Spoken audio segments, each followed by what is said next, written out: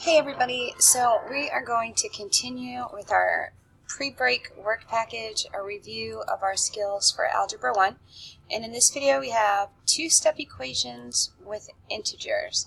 So let's get right into it. Again, you can find these on CUDA software website. Just Google CUDA. If you're following along in class, this video will help you to complete your paper. And if you just found this on the internet, I hope it helps you with some of your two-step equation skills. So here in number 1, if you need to go back and look at the one-step equation skills, that will give you the foundation.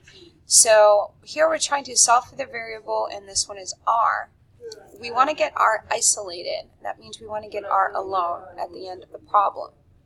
And so there's two things going on. We have r divided by 10, and we have that whole term plus 4.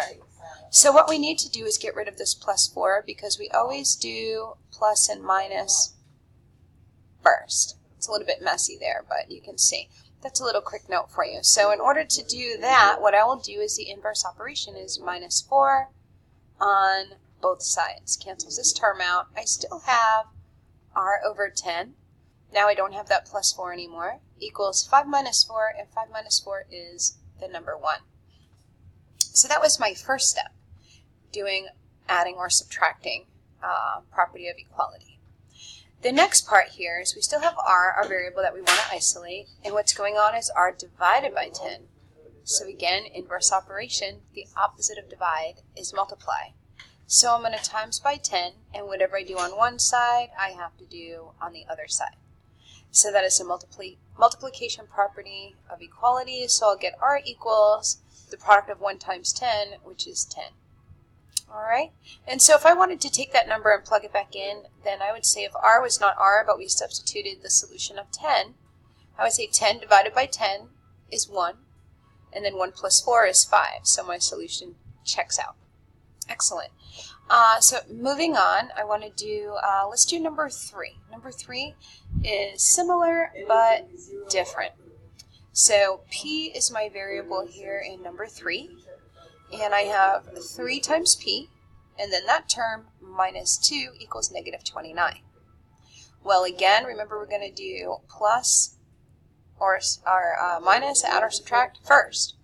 So here I have a minus 2, so I'm going to do the inverse operation, the opposite, which is going to be to add 2, the addition property of equality. Okay, so these cancel out. That's why we do it. That's why we use inverse operation.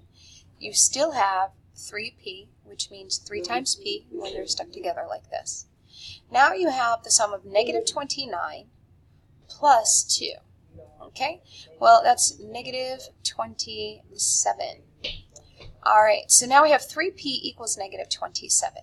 P is the variable that I'm solving for. So I always ask myself, what's the relationship here? Well, 3 stuck to p means multiply, so do the opposite of multiply, which is divide. So I'll do the division property of equality here. Divide both sides by 3. 3 divided by 3 is going to cancel itself out, so I'm left with p equals the quotient of negative 27 divided by 3. Well, one is negative and one is positive, so different signs tells me I'm going to have a negative answer, and 27 divided by 3 is 9, so p equals negative 9. Alright, great. So that's 1 and 3. There's one last one that I want to cover for you today, and that's number 6. After you do this one, you should be able to tackle all the questions that are on this page. So here we have n minus 5 as our numerator, all divided by 2 as our denominator equal to 5.